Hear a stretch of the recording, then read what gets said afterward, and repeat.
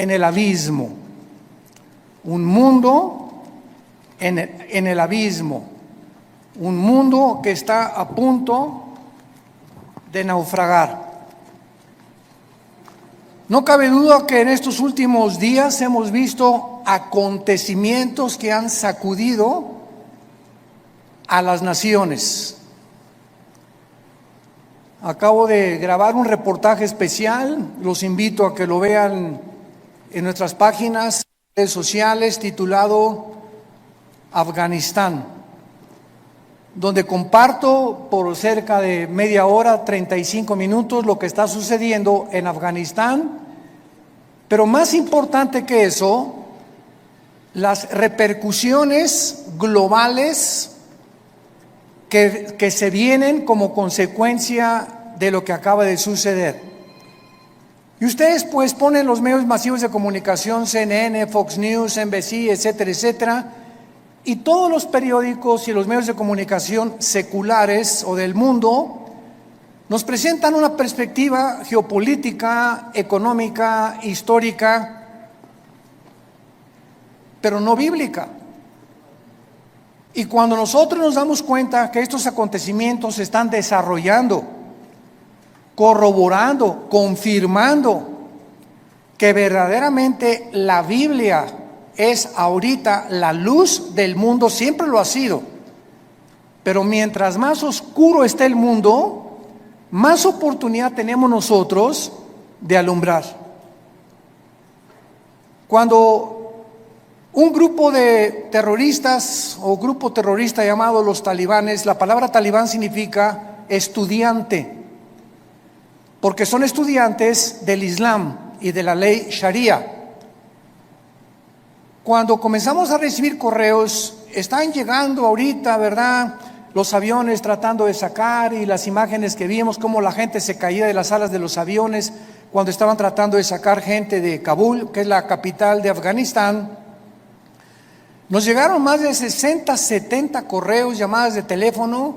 Yo no pude esa tarde colgar, le decía a mi esposa, una tras otra, de Brasil, de Argentina, de España, de Inglaterra, de hispanos desde luego, preguntándonos, ¿qué piensa usted acerca de lo que está pasando? Todo el mundo estaba alborotado, pero nadie sabía bíblicamente lo que estaba sucediendo.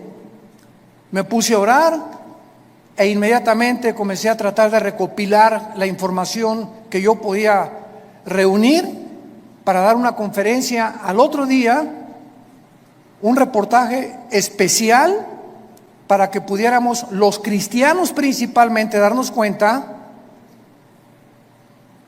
que los Estados Unidos de Norteamérica no aparecen en la Biblia, y lo venimos diciendo desde hace muchos años.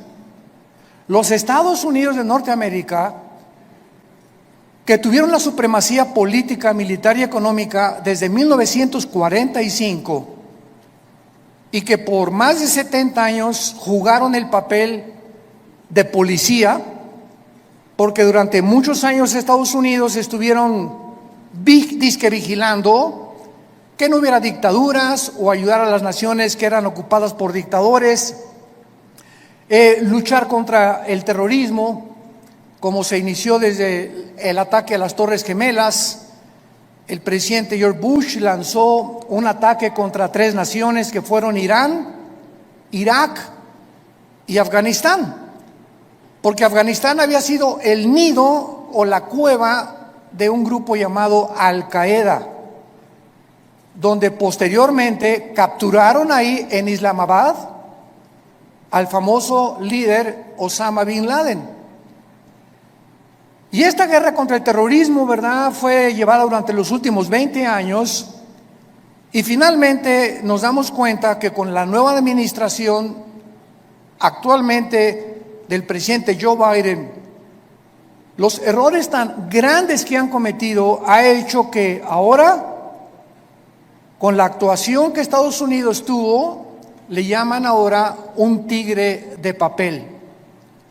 Estados Unidos ya no es la nación que era. Ahora China ya sabe que puede invadir Taiwán. Ahora Irán ya sabe que pueden continuar con las centrifugadoras produciendo el uranio 35 para fabricar la bomba atómica.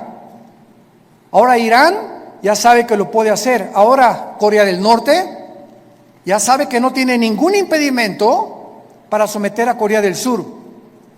Y ahora Turquía también ya sabe, a través del presidente Erdogan, que pueden levantarse para la reconstrucción de Afganistán, y el presidente de Turquía se ha autonombrado el líder mundial del Islam. Lo más interesante de todo lo que está sucediendo ahorita en el mundo, que vamos a desarrollarlo brevemente, es que estas cuatro naciones, China nunca ha dejado de tener relaciones cordiales con los talibanes, nunca. Pero lo más interesante de esto, bíblicamente, porque es lo que nos interesa, y lo que solamente los cristianos lo sabemos, es que son las cuatro naciones que se mencionan en Ezequiel 38 y 39, en la próxima invasión contra Israel. Y ahora Israel, el patito feo, ha quedado por primera vez, desde 1948, que volvieron otra vez a revivir nacionalmente la nación de Israel, ya no tiene quien los defienda. Han quedado vulnerables. Y también los Estados Unidos de Norteamérica han quedado vulnerables. Porque si Estados Unidos no aparece en las profecías bíblicas, y en esta invasión del capítulo 38 de Ezequiel no aparece tampoco, significa o que iba a caer económicamente, o que iba a comenzar a corromperse interiormente, como dijo Abraham Lincoln. Estados Unidos no va a caer por fuera por sus enemigos. Si Estados Unidos cae es porque se corrompió internamente. Y esto nos da un panorama maravilloso para saber que los cascos de los jinetes del Apocalipsis ya se escuchan en el cielo. La voz del novio ya la escuchamos, que dice: prepárate, prepárate, prepárate. Y todos ustedes que nos escuchan, que no tienen la seguridad de la salvación a través de la predicación del evangelio de la gracia de Jesucristo, prepárate para encontrarte con Dios. Porque así como los talibanes creían que en 2 meses las tropas norteamericanas iban a salir, y cuando descubren que Estados Unidos viola el pacto con el presidente Ghani y con los talibanes, de que no era verdad lo que el expresidente Trump firmó, les tomó 48 horas, 2 días les tomó apoderarse de toda una nación, sin que nadie chistara ni nadie dijera pío. Y se quedaron ahí en Afganistán más de 2,000 vehículos blindados, helicópteros Black Hawk, que son los más modernos para la guerra, más de 50 aviones, fusiles de largo alcance, de mira telescópica, lanzagranadas, millones de municiones. Y ahora este grupo se convierte en el grupo terrorista mejor armado y más peligroso del mundo entero. El mundo queda automáticamente bajo una gran amenaza. Pero estas 4 naciones, China, Rusia, Irán e Irak, forman parte de la invasión en Ezequiel 38. Esto es impresionante, es increíble. Y son las 4 naciones que están apoyando ahorita a los talibanes y que mantienen relaciones con ellos y los van a seguir defendiendo. Y por eso todos los que se consideraban que si no actuaban como China, no puede entrar a Taiwán porque la flota norteamericana, ahora ya no, ahora ya pueden atacar a Taiwán. Irán, pues no podemos darle velocidad a la fabricación de las bombas atómicas porque Estados Unidos se nos puede echar encima. Ahora ya tienen la bandera libre para continuar produciendo armas nucleares. Y así, todas las naciones que tenían algún temor de que Estados Unidos reaccionara y mandara a sus soldados, se perdió completamente. El mundo ha quedado vulnerable. Ahora sus Biblias, en el capítulo 24 del libro de Isaías. Ojalá que todos hayan traído su Biblia. En los tiempos que vivimos, si tú no tomas en serio a Dios y sigues viniendo a la iglesia sin la Biblia, eres un cristiano de papel. A menos que ahorita en el metro se te cayó y lo olvidaste, que solo Dios lo sabe. Pero ya no podemos seguir siendo cristianos de papel, de pacotilla, de oídos, y profesando por afuera sin darle la importancia a Dios que Él nos pide que le demos a este libro sagrado, que es la única luz que tenemos actualmente.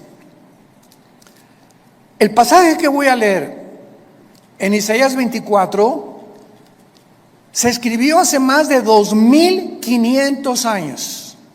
Señores ateos que nos escuchan, escépticos y todas las personas que han atacado la Biblia y que se han burlado de ella, ahora van a comenzar a buscar y a volver otra vez a encontrar quién puede darnos respuestas de lo que está pasando geopolíticamente en el mundo.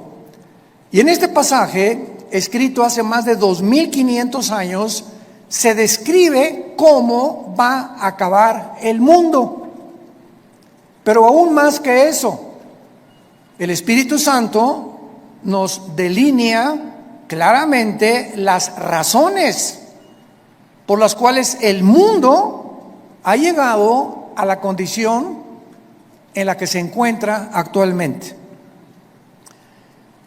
Dice así: he aquí que Jehová vacía la tierra y la desnuda, y trastorna su faz, y hace esparcir a sus moradores. Y sucederá, así como al pueblo, también al sacerdote, como al siervo, así a su amo, como a la criada, a su ama, como al que compra, al que vende, como al que presta, al que toma prestado, como al que da al logro, así al que lo recibe.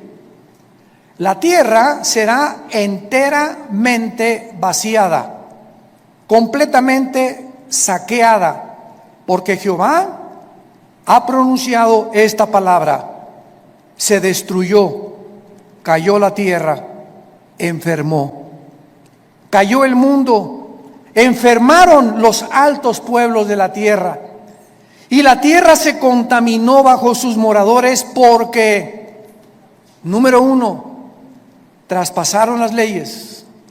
Número 2, falsearon el derecho. Y número 3, quebrantaron el pacto sempiterno. Por esta causa, la maldición consumió la tierra y sus moradores fueron asolados. Por esta causa fueron consumidos los habitantes de la tierra y disminuyeron los hombres. Se perdió el vino, enfermó la vid, gimieron todos los que eran alegres de corazón. Cesó el regocijo de los panderos, se acabó el estruendo de los que se alegran, cesó la alegría del arpa. No beberán vino con cantar, la sidra les será amarga a los que la bebieren. Quebrantada está la ciudad por la vanidad, toda casa se ha cerrado, para que no entre nadie. Esta escritura ha sido llamada el Apocalipsis de Isaías, porque después de que Isaías profetiza en este libro el juicio contra 11 naciones, el Señor ahora anuncia el juicio final contra el mundo entero. Ya el Señor Jesucristo había anunciado, Mateo 24:21, porque habrá gran tribulación en el mundo como nunca jamás la ha habido antes. En Lucas 21 escribe estas palabras el evangelista Lucas, versículo 25: habrá señales en el sol, en la luna, en las estrellas, y en la tierra angustia de las gentes, confundidas a causa del bramido del mar y de las olas, desfalleciendo los hombres por el temor y la expectación de las cosas que sobrevendrán en la tierra, porque las potencias de los cielos serán conmovidas. Versículo 34: miren también por ustedes mismos, que vuestros corazones no se carguen de glotonería, embriaguez y de los afanes de la vida, y venga de repente sobre vosotros aquel día, porque como un lazo vendrá sobre todos los que habitan sobre la faz de toda la tierra. Velad pues en todo tiempo, orando que seáis tenidos por dignos de escapar de todas estas cosas que vendrán y de estar en pie delante del Hijo del Hombre. Regresando al pasaje de Isaías, encontramos en los primeros 4 versículos 3 puntos importantes acerca del juicio de Dios. En primer lugar, dice el versículo 1: he aquí que Jehová vacía la tierra y la desnuda, la trastorna y hace esparcir a sus moradores. En primer lugar, encontramos que va a ser Dios y su Hijo Jesucristo, como lo vamos a ver a continuación, los agentes que van a juzgar al mundo. Esto es absolutamente obvio y lógico, ya que Dios es imposible que juzgue a alguien que no merece. Es imposible que Dios mande una maldición sin que los que reciban la maldición se hayan hecho merecedores de lo que recibieron. Porque todo lo que sembramos, todas las decisiones que tú has tomado en tu vida, todas las cosas que has decidido en tu vida, tienen consecuencias, para bien o para mal. Si te casaste equivocadamente, si compraste un vehículo equivocadamente, si hiciste un gasto equivocadamente de dinero, no le eches nunca la culpa a Dios. Somos personas, individuos responsables moralmente de nuestras acciones. Y por esta responsabilidad y esta libertad y libre albedrío que tenemos para hacernos merecedores que lo que sembramos tenemos que recoger, tenemos que formar y normar nuestra vida de aquí en adelante.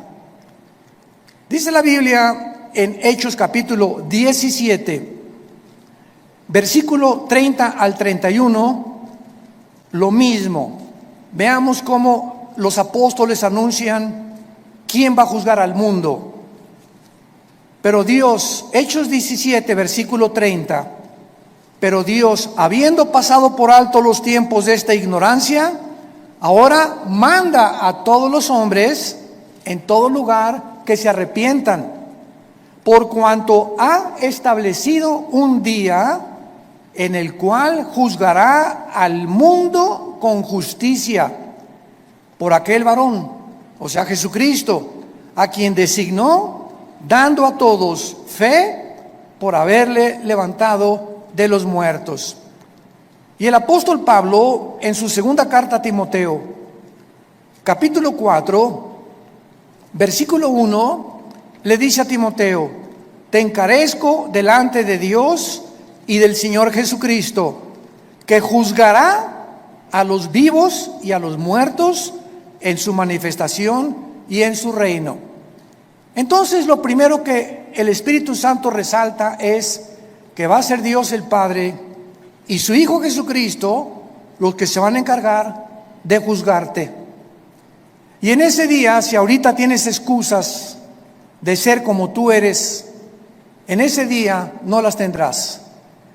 Y así como estamos viendo con qué rapidez cambió el mundo en 1 año y medio, desde que comenzó esta famosa pandemia, todo ha cambiado.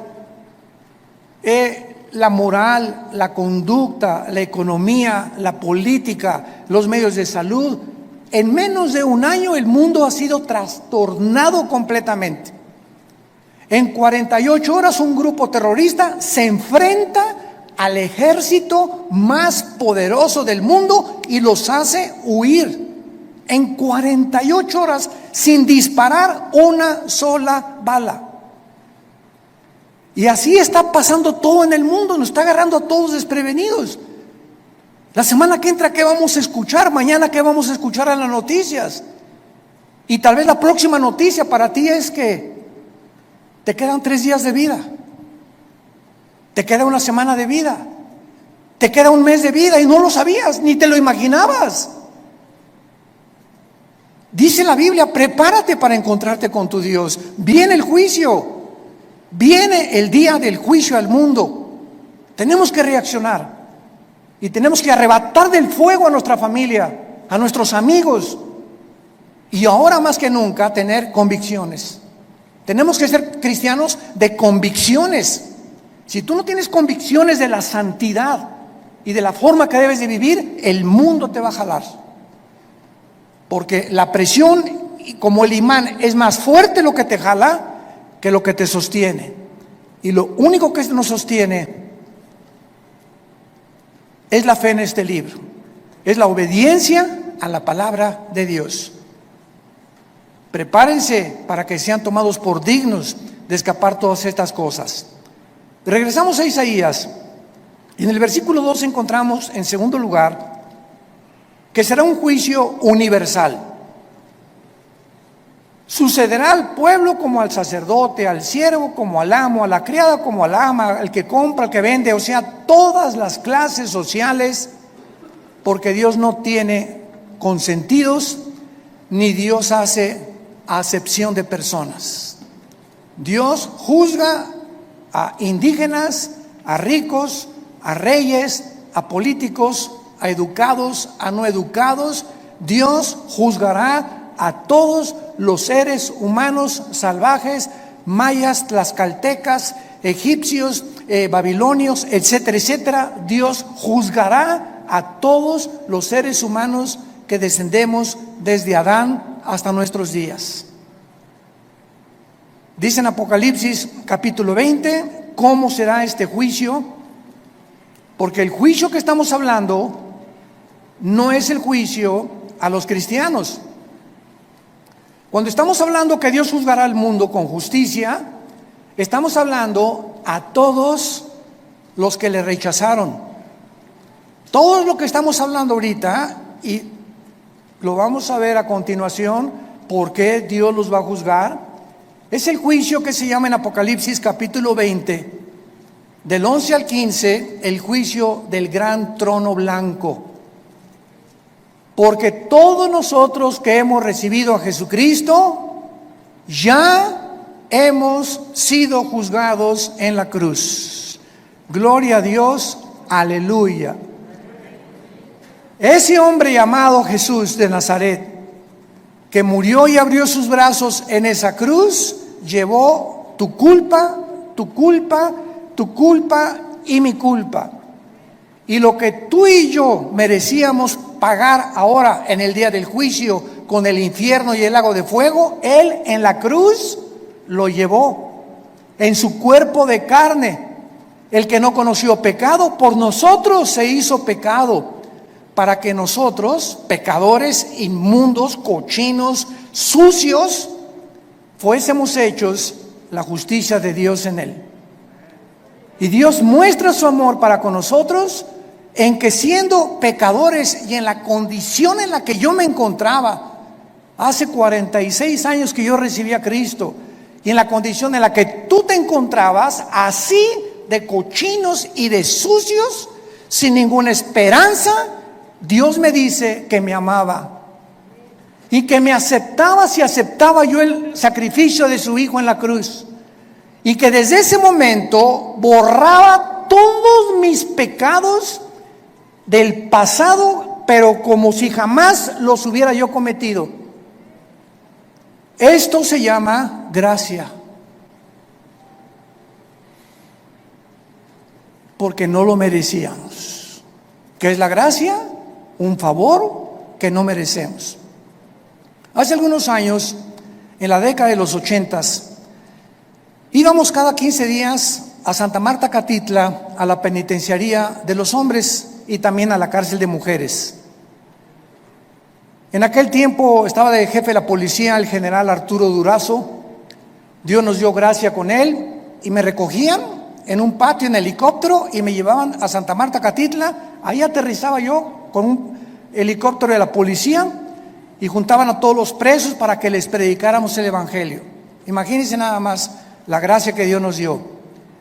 Y una vez se acerca después del mensaje un preso llorando y me dice: oiga, pastor, ¿usted cree que Dios me pueda perdonar?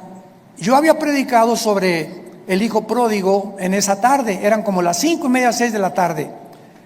Y le dije, ¿por qué? Me dice, porque he matado a 28 personas. Pero quiero decirle que estoy aquí en la cárcel no por las 27 asesinatos que cometí antes, sino porque me mandaron de un estado a la Ciudad de México a matar otro recadito que me encargaron, porque yo era matón a cuenta, y en el periférico saqué la 38 y maté a esa persona que me encargaron matar, y la policía me agarró, y estoy aquí por un crimen para pagar 15 años, pero yo debo 27 vidas más. ¿Y saben lo que le contesté? La sangre de Cristo perdona todos tus pecados. Él no lo podía creer. Quiere decir que si yo acepto a Cristo ahorita y lo reconozco como mi Salvador, todos esos crímenes no voy a pagar por ellos. Y le dije, amén. Y otro que estaba atrás dice, ay, sí, ¿verdad? Qué bueno, ahora sí de repente. Y le dije, porque es gracia. Esa es la gracia, ese es el mensaje del evangelio, de la gracia de Dios. Que Dios te perdona siendo inmundo y pecador. Porque nadie merece irse al cielo, nadie merece el perdón. Dios nos lo da en su amor en la cruz.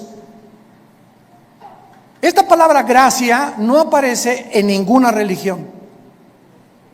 En ninguna religión. Y hay cristianos que todavía no han entendido el significado de la palabra por gracia somos salvos por medio de la fe. Es la fe la que nos da la gracia de Dios. El creer lo que Él hizo en la cruz nos hace, nos abre para que Dios tenga a favor de nosotros, se compadezca de nosotros y nos regale el amor de su Hijo Jesucristo. ¿Qué mensaje tan glorioso tenemos? Yo quiero decirte a ti que nos estás viendo por la televisión y ustedes están aquí presentes. Me puedes decir, yo he abortado 8 niños, llevo 3 divorcios, he matado, he adulterado, he hecho aquello. Si tú recibes a Cristo, Dios te perdona. Y en este día del juicio, tú no estarás presente, porque Él pagó por ti y por mí. Y por eso vivimos tan agradecidos, humillados, después de lo que Él hizo en nuestro lugar en esa cruz. Dice Apocalipsis 20, versículo 11, hablando del trono donde estarán todos los que rechazaron este regalo de Dios. Vi un gran trono blanco y al que estaba sentado en él, de delante del cual huyeron la tierra y el cielo, y ningún lugar se encontró para ellos. Esto nos habla que este juicio será después del milenio, porque los que estén en este juicio van a ver cómo desaparece la tierra y los cielos. Y después de este juicio, Dios hará nuevos cielos y nueva tierra. Entonces, este juicio será hasta después de los 1000 años o del reino mesiánico que Jesucristo le prometió a los profetas. Y dice el versículo 12 que Juan el apóstol que escribe esto, vi a los muertos, grandes y pequeños, de pie y los libros fueron abiertos. Y otro libro fue abierto, el cual es el libro de la vida. Y fueron juzgados los muertos por las cosas que estaban escritas en los libros según sus obras. Vemos que Juan nos dice que cuando Dios abrió los libros, todos los seres humanos que estaban enfrente del trono de Dios estaban parados. No había nadie de rodillas, todos de pie. ¿Por qué? Porque en ese momento se acabó la misericordia. En ese momento ya no hay gracia. En ese momento ya no hay favor, ya no hay nada más que dictar la sentencia. La gracia, el favor, la misericordia están hoy que tú me escuchas delante de ti a través del mensaje del Evangelio de la gracia de Jesucristo. Pero si después de esta vida tú rechazas lo que te está Dios ofreciendo en este momento, se acabó, porque eres responsable. Somos sometidos a la ley de la responsabilidad individual, y cuando tú te mueras, te morirás en tus pecados, porque tú así lo decidiste. Como dijo un predicador hace algún tiempo, Dios no manda a nadie al infierno. Dios no manda a nadie al infierno, ellos se van solitos. Dios dio a su Hijo en la cruz, y si tú te condenas es porque tú escogiste pasar la eternidad lejos de Dios, porque en esta vida rechazaste a Dios y no lo quisiste, menos te gustará seguir con Él después de muerto. Los libros van a ser abiertos, todos tus pensamientos, todas tus palabras y todas tus acciones serán traídas delante de ti como en una película. Y observamos que Dios te va a juzgar por las obras. Qué irónico, ¿verdad? La salvación es por gracia sin las obras, pero el juicio será por las obras, por lo que tú hiciste. Y ahora, por lo que nosotros hicimos, Dios nos perdona, pero el día del juicio no lo vas a soportar. Y en tercer lugar, regresamos a Isaías 24, dice el versículo 3 y 4, que este juicio devastará completamente el mundo. La tierra será vaciada, versículo 3, Isaías 24, completamente saqueada. Jehová ha pronunciado esta palabra: la tierra se destruyó, enfermó, cayó el mundo, blasfemaron los altos pueblos de la tierra, y la tierra se contaminó bajo sus moradores, porque traspasaron las leyes, falsearon el derecho y quebrantaron el pacto sempiterno. Estas características del versículo 4 ya las podemos ver. ¿En qué planeta estamos tú y yo viviendo? En un planeta donde el aire ya está contaminado. Las frutas, las cosechas, la agricultura, los campos están contaminados. El mar inmensamente contaminado. La comida contaminada. Todo a nuestro alrededor es un mundo contaminado. Y lo más interesante que vamos a descubrir a continuación es que ahorita las naciones, el efecto global y el clima, están luchando las naciones por mejorar el clima, sin que los líderes de las naciones se den cuenta, porque hay un velo en sus mentes que no pueden entender la realidad de lo que nos rodea. Creen que se debe pues a los hidrocarburos y esto y el otro, que tienen algo que ver, pero de acuerdo a la Biblia, la contaminación del planeta está asociada con nuestros pecados. Mientras más inmoralidad hay en el mundo y mientras más maldad hay en el mundo, la tierra sufre igualmente que nosotros. Y esto lo podemos ver claramente, para confirmarlo, cuando Dios creó el paraíso o el huerto del Edén, donde todo era perfecto. ¿Se acuerdan?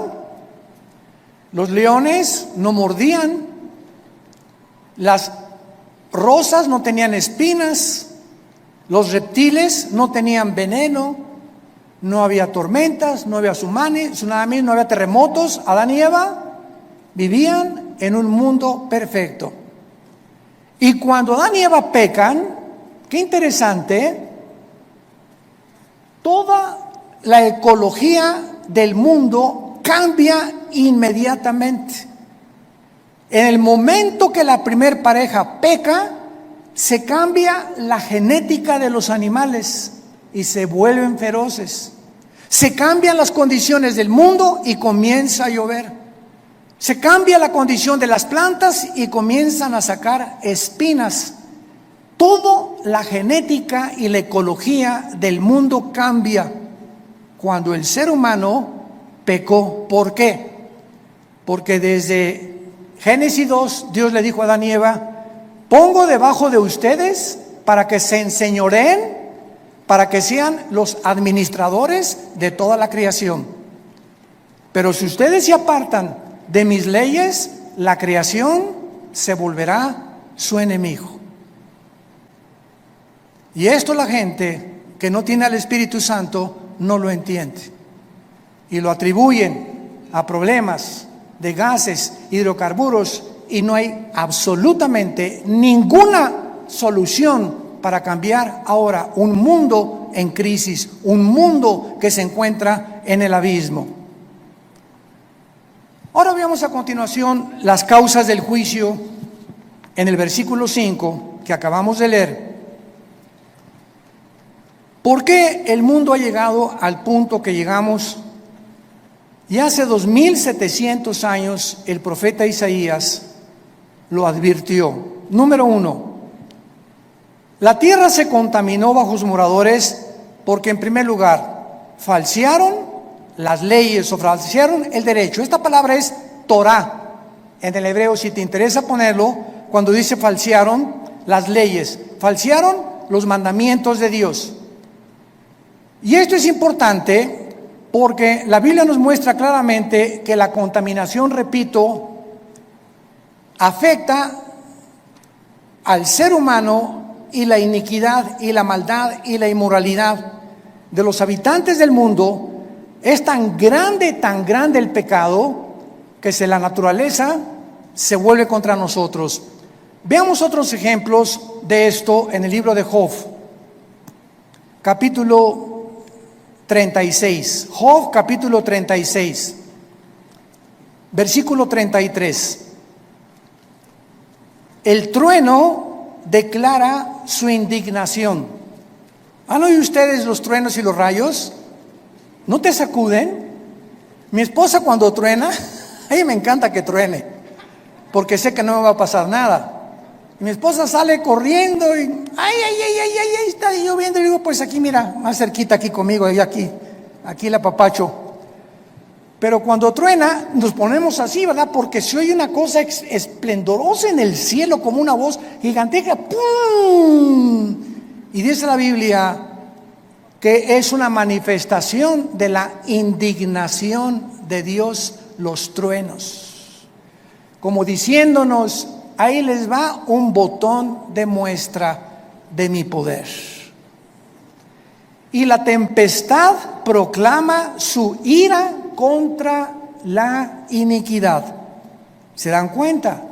Como todo lo podemos respaldar bíblicamente. Ahora capítulo 37 de Job, versículo 12 y 13.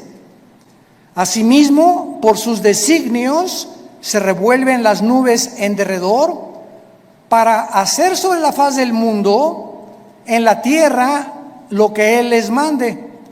Unas veces por azote, otras por causa de la tierra, otras por misericordia las hará venir. Nos damos cuenta que las lluvias es una misericordia de Dios, mas no las inundaciones. Entonces, Dios hace llover muchas veces por misericordia de nosotros. Necesitamos tierra fértil que produzca, ganado que tenga que comer, que los ríos suban su caudal y su volumen y su nivel, pero otras veces encontramos que estas mismas aguas Dios las usa como un medio donde nos está diciendo: ustedes van por mal camino. Entonces, qué interesante que la Biblia nos muestre que el planeta se encuentra como se encuentra porque la maldad de los hombres es demasiada. Hemos llegado a un punto de maldad que no nos imaginamos. Dice en Romanos capítulo 1 también que Dios estableció leyes también morales. Dios estableció leyes morales. Cuando creó el mundo, Dios primero hizo las leyes de la gravitación, las leyes del electromagnetismo y las leyes nucleares. Las leyes cósmicas: la Tierra mantiene su movimiento en 24 horas, en 35 días alrededor del Sol. Vemos que la ley de la gravitación actúa las 24 horas del día, pero así, como estamos bajo un universo completamente y lujosamente, admirablemente diseñado por el Creador, gracias, señores científicos que nos escuchan, gracias al orden y el diseño de las leyes, existe la ciencia. ¿Por qué existe la astronomía? Porque los astrónomos pueden ver perfectamente bien y predecir un meteoro o esto y el otro, porque el universo está obrando, trabajando metódicamente como un reloj que se le dio cuerda. ¿Por qué existen las leyes? La primera y la segunda ley de la termodinámica, porque todo nos habla que está sujeto a un deterioro, a una oxidación. El Sol pierde toneladas masa cada segundo, y gracias a esto se establece que no hay evolución, que la segunda ley de la termodinámica contradice la ley de la evolución. En lugar de que estemos evolucionando, vamos de arriba hacia abajo, no vamos mejorando. Ya se profetizó hace 2000, la tierra iba cada día a deteriorarse más, y el carácter de los seres humanos iba a llegar a comportarse más bajo que el de los animales. Traspasamos las leyes, dice Romanos capítulo 1, versículo 21. Pues habiendo conocido a Dios, no le glorificaron como a Dios, ni le dieron gracias, sino que se envanecieron en sus razonamientos, y su necio corazón fue entenebrecido. Profesando ser sabios, se hicieron necios, y cambiaron la gloria de Dios incorruptible en semejanza de imagen de hombre corruptible, de aves, de cuadrúpedos y de reptiles, por lo cual Dios los entregó a la inmundicia en la concupiscencia de sus corazones, de modo que deshonraron entre sí sus propios cuerpos, cambiaron la verdad de Dios por la mentira, honrando y dando culto a las criaturas antes que al Creador, el cual es bendito por los siglos. Por esto Dios los entregó a pasiones vergonzosas.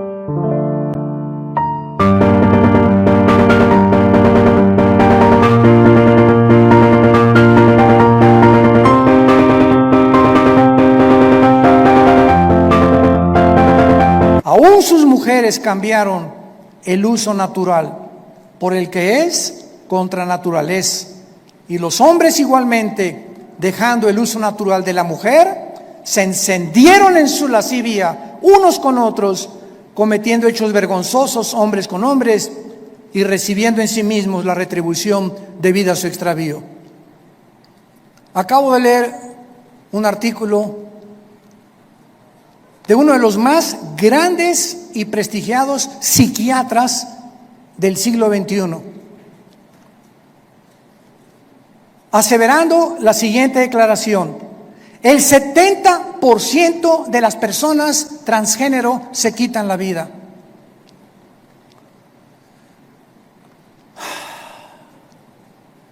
El 70% de las personas que intentaron cambiar la naturaleza con la cual nacimos, le dijeron a Dios: te equivocaste, yo no soy hombre, soy mujer, no soy mujer, soy hombre. Finalmente, cuando hacen la operación y la cirugía para cambiarse el sexo, en su alma son como Dios los creó. Y comienza una lucha interna: ¿soy o no soy? ¿O qué soy? Y la confusión y el conflicto mental llega al grado que prefieren quitarse la vida.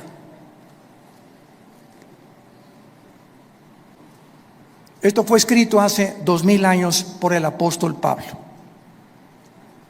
dejando el uso natural, la biología, las leyes de la naturaleza. No hay más que hombre y mujer. No hay 3 sexos, no hay 4, no hay 5. Eres varón o eres hembra. Y cerramos la Biblia de acuerdo a la ciencia. Si tienes 2 cromosomas XX, eres mujer. Y si tienes el cromosoma Y, que las mujeres no tienen, eres macho camacho. Eres hombre de los pies a la cabeza. Y si tú niegas tu genética y niegas la naturaleza, acarreas, dice el apóstol Pablo, hace 2000 años, se viene sobre ti tu propia naturaleza. Y nunca podrás vivir en paz, porque has traspasado las leyes de Dios. En segundo lugar, dice: falsearon el derecho. Los gobernantes, los magistrados de justicia que nos escuchan, los jueces federales y civiles, los senadores, los diputados, los dictadores, han pervertido el derecho para gobernar recta, íntegra y honestamente una nación. El expresidente de Afganistán, Ghani, salió huyendo con más de $120 millones, como todo buen político corrupto. Y si vemos una gangrena, un veneno que está ahorita en las naciones, es precisamente ese: la corrupción. No es el pueblo lo que les interesa, son sus intereses personales. Me voy a llevar lo más que pueda del pastel en el poco tiempo que tengo que ejercer mi derecho, antes de que acabe todo. Y finalmente dice la Biblia: quebrantaron el pacto sempiterno. Para terminar, quebrantaron el pacto sempiterno. ¿Cuál es este pacto sempiterno? Veamos en el libro de Malaquías, antes de Mateo, para terminar, el último libro de la Biblia, Malaquías capítulo 2, versículo 13, lo que el profeta escribió antes de que iniciara la venida de Jesucristo. Malaquías 2, versículo 13: y esta vez haréis cubrir el altar de Jehová con lágrimas, de llanto y de clamor. Ya no miraré más a la ofrenda para aceptarla con gusto de tu mano. Me dirás: ¿por qué? Porque ha Jehová testiguado contra ti y la mujer de tu juventud, contra la cual has sido desleal. Estoy enojado contra ti. ¿Por qué, Señor? Porque no eres fiel a tu esposa. Y vas a llorar y te vas a arrepentir y te vas a jalar los pelos, y si te mueres en esta condición, te condenas eternamente. Porque has sido desleal. Vamos a ver qué significa la palabra en hebreo, desleal. Siendo ella tu compañera y la mujer de tu pacto. ¿Cuál es el pacto que menciona Isaías que acabamos de mencionar? Sempiterno, el primer pacto que Dios estableció antes de cualquier institución humana, de los colegios y de los gobiernos, se llama el pacto inquebrantable del matrimonio. A los que les interese, la palabra desleal en el hebreo es la palabra bagad, con B de bueno, A de Armando, G de Gárgara, H, A de Armando, D de David. Bagad. Escuchen lo que significa ser desleal. Actuar encubiertamente, hipócritamente, fraudulentamente o secretamente, encubrir, tapar, engañar y decir cosas que no sentimos. Cuando tú te volteas a tu esposa y dices te amo, solo Dios sabe que le estás diciendo que verdaderamente le amas. Y cuando tú le dices a tu esposa te amo y atrás de ti tienes tu amante, estás encubriendo, eres un hipócrita, estás falseando completamente y Dios te está escuchando. Y eso Dios lo tiene que castigar.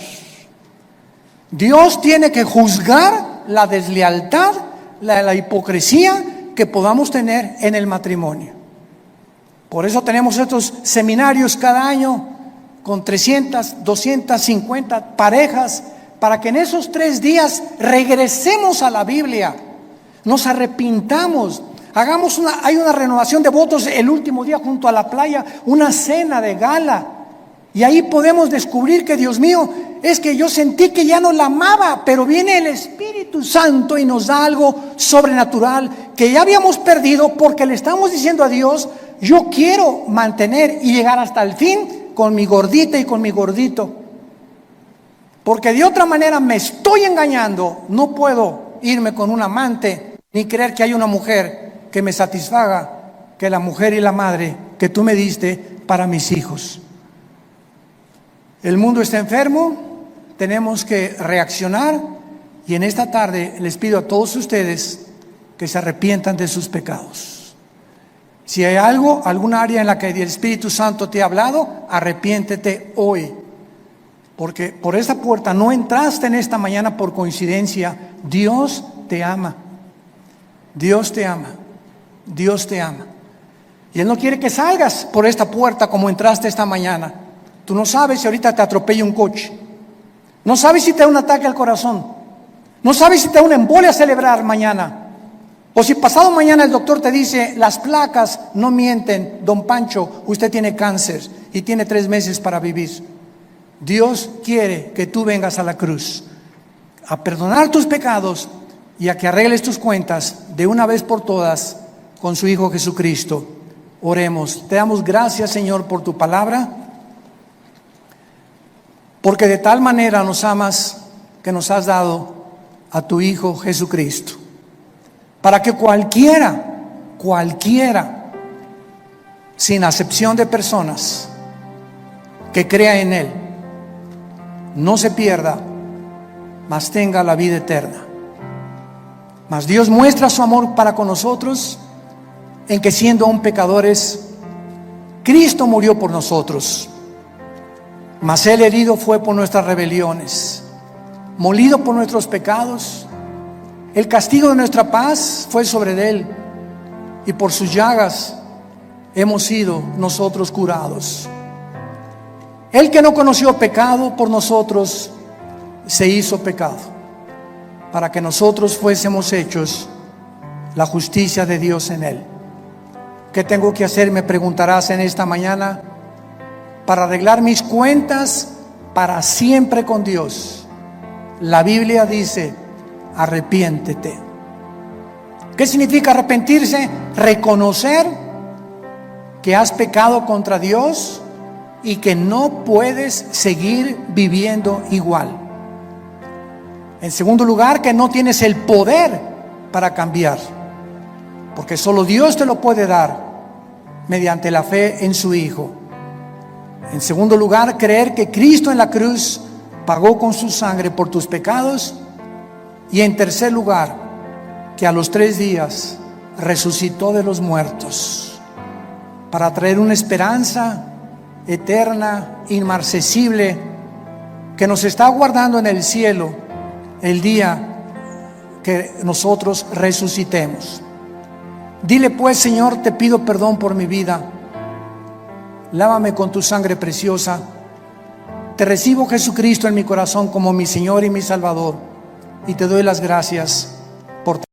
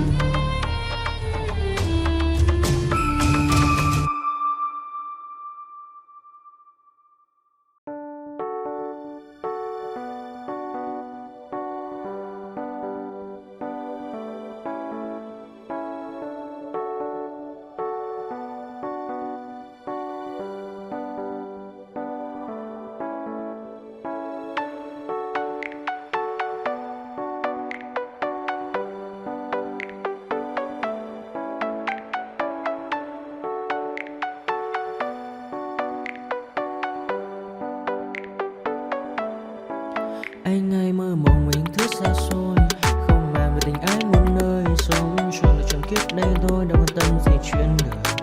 Thế mà lại ngâm tương tư ông tầm và mũi xa tơ, đêm nằm trộm nhớ mơ mơ về ai.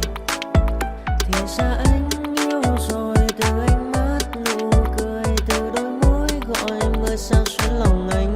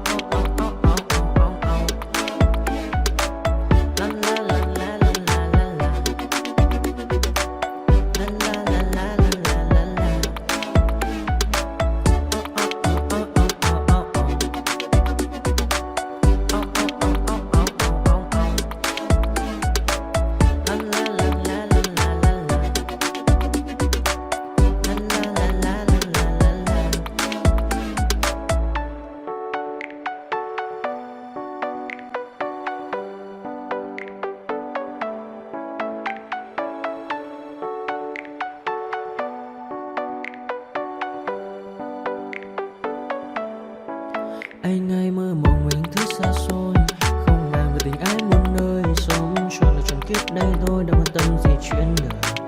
Thế mà lại nằm tương tư, ông tầm bà mút xe tơ. Đêm nằm trộm nhớ mơ mơ về ai. Thì ra anh yêu rồi, từ ánh mắt nụ cười, từ đôi môi gọi mưa sao xuyến lòng anh. Thì ra mê em rồi, ngày hay đêm ôm lời, chỉ nghĩ đến em thôi. Đó là do anh đã yêu rồi, anh đã yêu rồi, anh đã yêu rồi. Oh, oh, anh đã yêu rồi, anh đã yêu rồi, anh đã yêu em mất rồi.